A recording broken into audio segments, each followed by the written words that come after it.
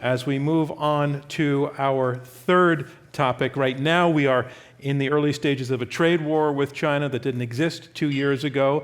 The two presidents, Trump and Xi, say they are trying to reach a deal to call the whole thing off. The president, as we took the stage tonight, the president of the United States, as we took the stage tonight, indicating that he is pushing off a March 1st deadline. It's not done yet, which leaves open the question, if this trade war continues, who wins? Our resolution is framed this way: the U.S. and China will both lose the trade war. Our first debater will be Parag Khanna. On this resolution, how do you declare, yes or no? I declare yes. You have 90 seconds. Okay. Let's start with the ways in which China will be a relative loser. And for both China and the US, the further you look out in the future, I think the further this will become apparent. Some major shifts in trading patterns really predate the trade war, such as the diffusion of supply chains out of China. A lot of it has to do with the fact that Chinese wages have been rising. So multinational companies, whether American or Japanese or European, have been diverting their labor and their manufacturing work out of China into Southeast Asia for quite some time. Foxconn, for example, has done so as well. India last year got more foreign investment than China did. Southeast Asia got more foreign investment than China, or has for the last 5 years. And now, of course, China's industrial policy is alienating a lot of countries. Suspicion of Chinese companies like Huawei as well. So China is sort of being brought back to earth in that sense through this trade war. Now for the U.S., the case is even more clear-cut in terms of how it's going to lose, because most of what the U.S. exports to China can be substituted by others, whether it's semiconductors that China is going to get from Taiwan or South Korea or Japan, soybeans that it gets from Brazil and Argentina, and even now Russia is growing soybeans. Airplanes, maybe China will stop buying as many from Boeing and will buy more from Airbus. Every day, Europeans are flying over to China and other Asian countries to convince them that they should not be buying American products. So just remember that America's allies geopolitically are not necessarily our allies geoeconomically, because they're actually trying to undercut us and do more business with Asian countries, including China, and substitute us in those markets. So the U.S. will also be a loser from the trade war. Thank you, Parag Khanna. Our next speaker on this resolution: the U.S. and China will both lose the trade war. Susan Thornton, how do you declare, yes or no? Yes, I declare yes. 90 seconds. I'm going to stop being contrarian now. I'm going to go with the flow. But no, I think both countries are already losing the trade war. I think we've seen diminishment of exports in both directions. Of course, much more bigger drop on the Chinese exports to the U.S. than from the U.S. exports to China. But a lot of U.S. Industries have already lost markets to other foreign market sellers, as Parag was saying. I do think, though, on a more optimistic note, that if we can pull back from this trade war and get some kind of a deal, there is a possibility that both sides can win. As I've already mentioned during tonight's discussions, China is in a period of retrenchment from reform. And most Chinese, there's a joke going around in China now: who are two old guys who are going to push China into the modern era? Deng Xiaoping and Donald Trump. They want Donald Trump to push China as hard as possible to reinvigorate its economic reform program, because they know that the Chinese economy needs to move to the next stage of opening up in order to make that leap out of the middle income trap that they're so worried about being stuck in.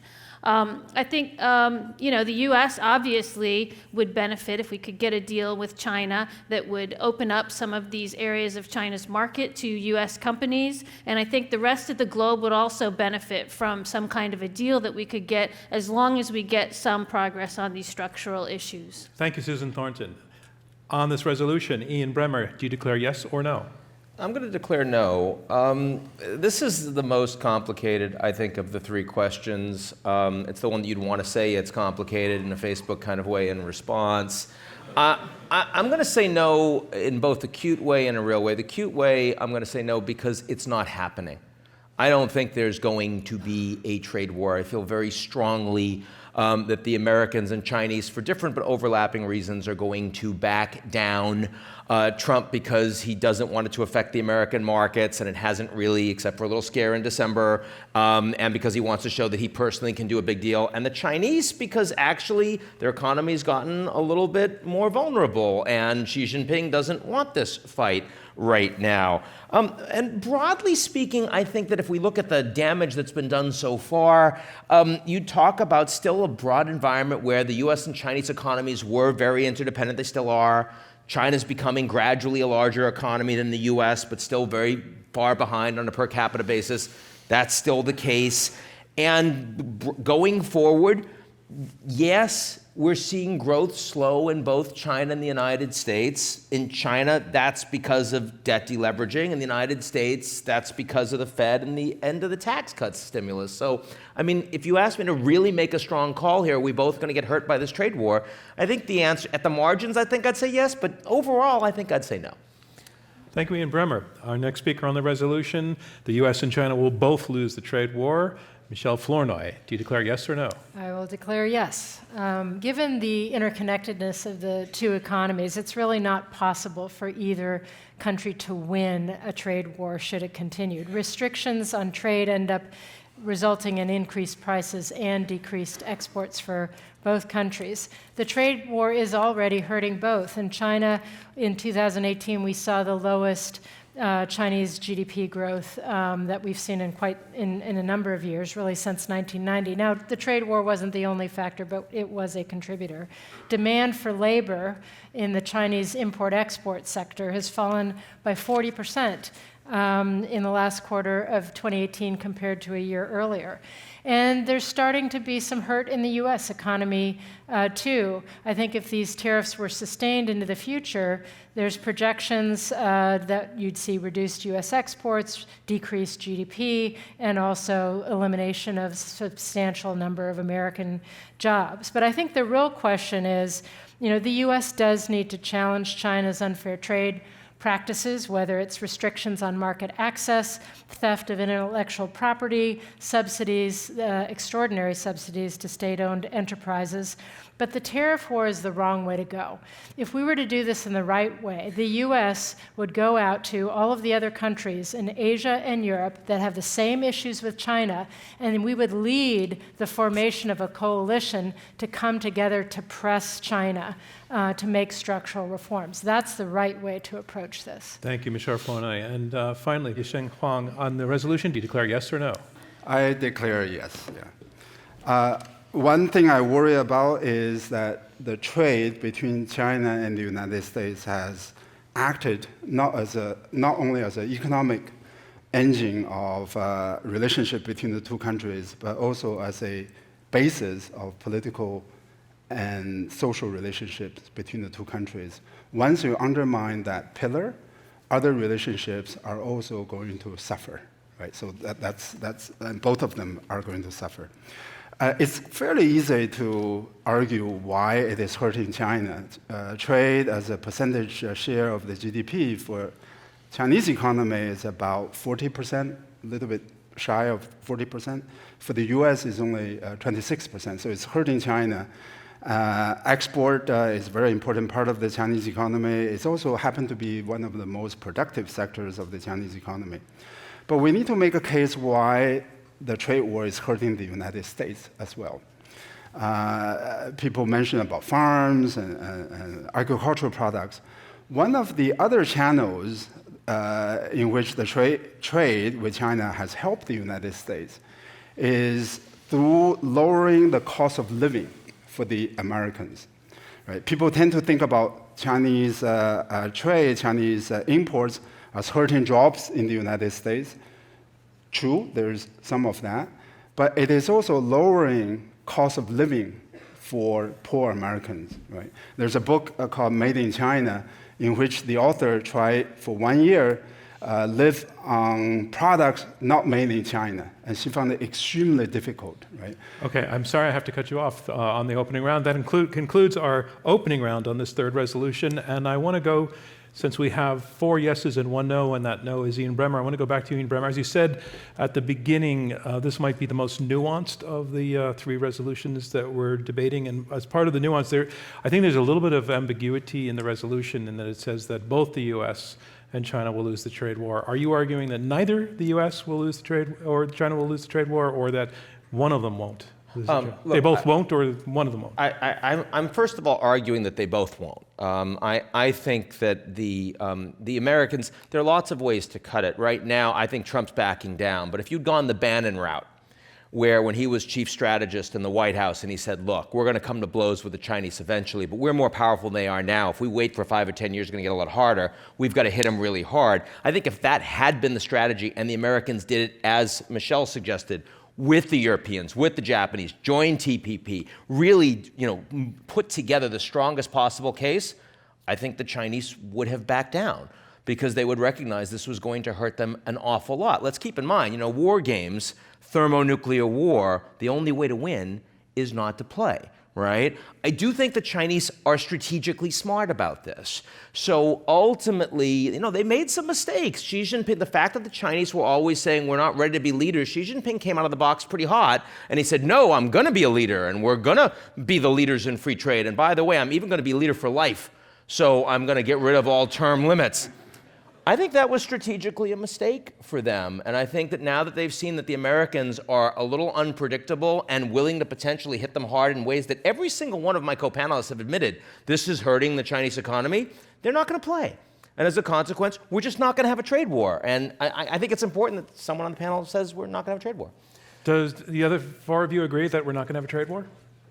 Parag? I think we're perpetually in some kind of a trade, there's competition, right? I call it tug of war. We're always competing to have the largest share of the supply chain or value creation within our shores, employing our workers, generated by our companies with our IP, or that we've borrowed or stolen from others or built ourselves. That's a constant struggle. It's not something that begins just because a president says, I'm going to raise tariffs here or raise tariffs there. Even when you're having trade negotiations, you're having that struggle over the various regulations involved in them. How much do you have to protect IP? What scale of subsidies are allowed? And that kind of thing. That's a perpetual thing. It's obviously now just being escalated. It could also be de-escalated. But to me, it's a low-level struggle that is ongoing. And even if you have a resolution next week, let's be perfectly clear, it still continues. Because whatever hiatus or pause or reform the Chinese may offer, it's going to be very slow to implement, and they're going to make sure that they've locked in benefits to them,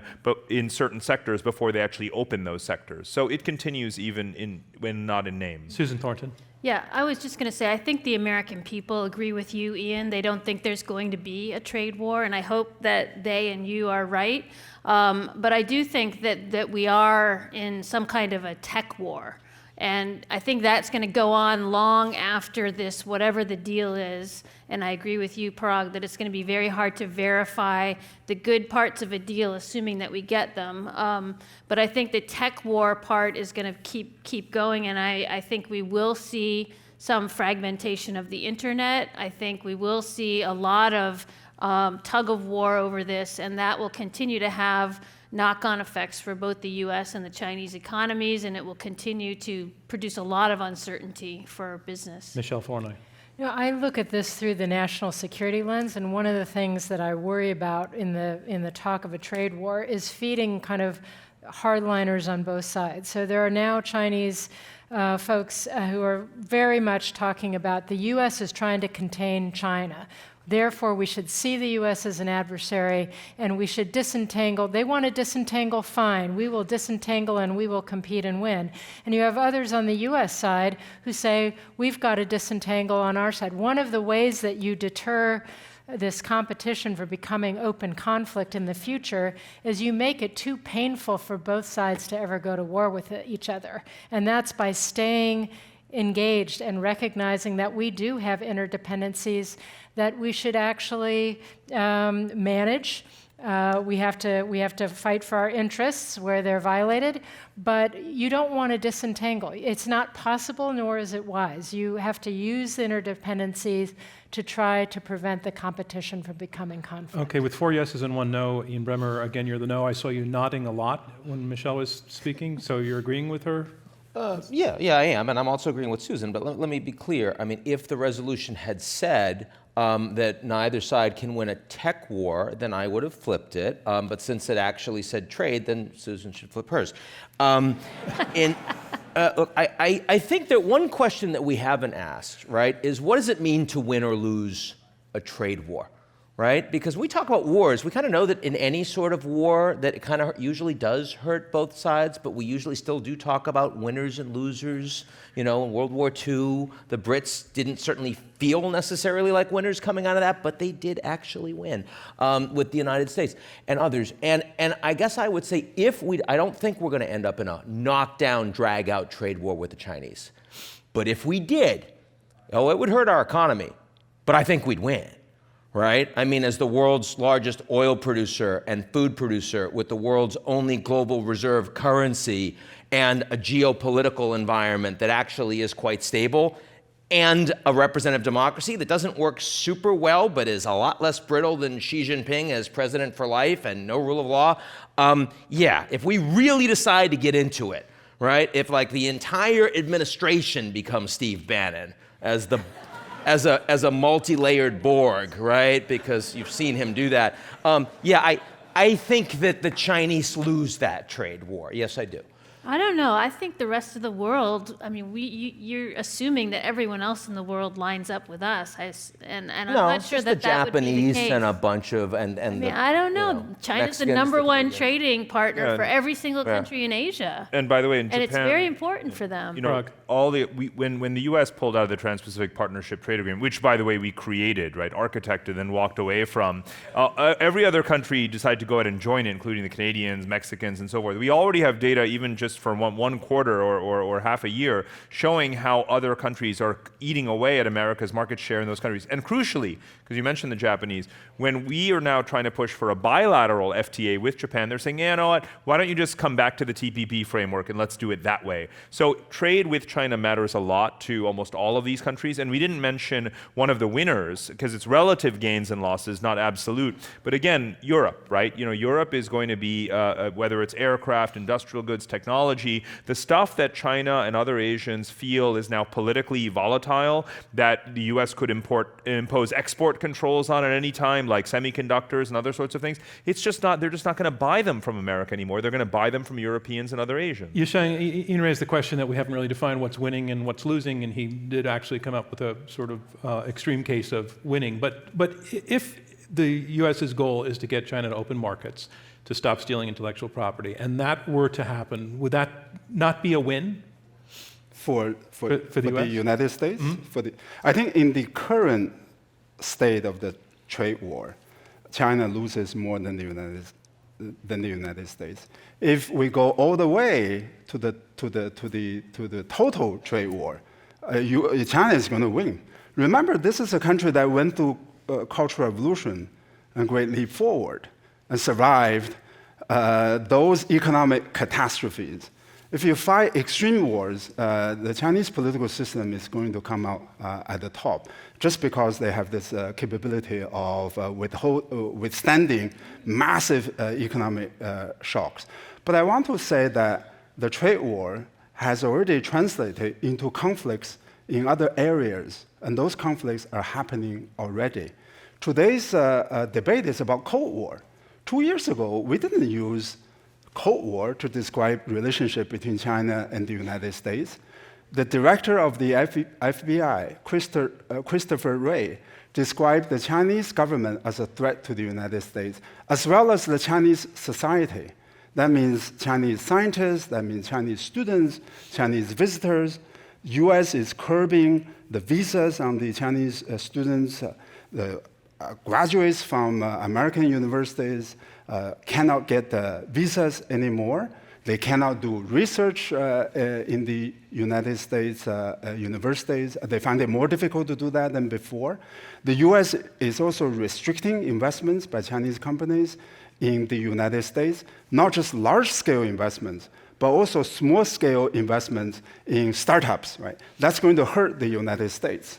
So it's always going to rebound on the United States. You're saying that if China suffers, the U.S. suffers? There's no question both sides lose, right? Well, Ian says there's questions. No. If I heard him correctly, and maybe I didn't, if I heard him correctly, he said it's not going to happen. In that case, obviously, if something doesn't happen, then there's no consequence, right? So is that what you said? So, yeah. But if it were to happen, I think both sides would lose. Okay, I'm glad we could bring that discussion to such clarity on that point, because Thank you, because that concludes debate on this third resolution. The U.S. and China will both lose the trade war.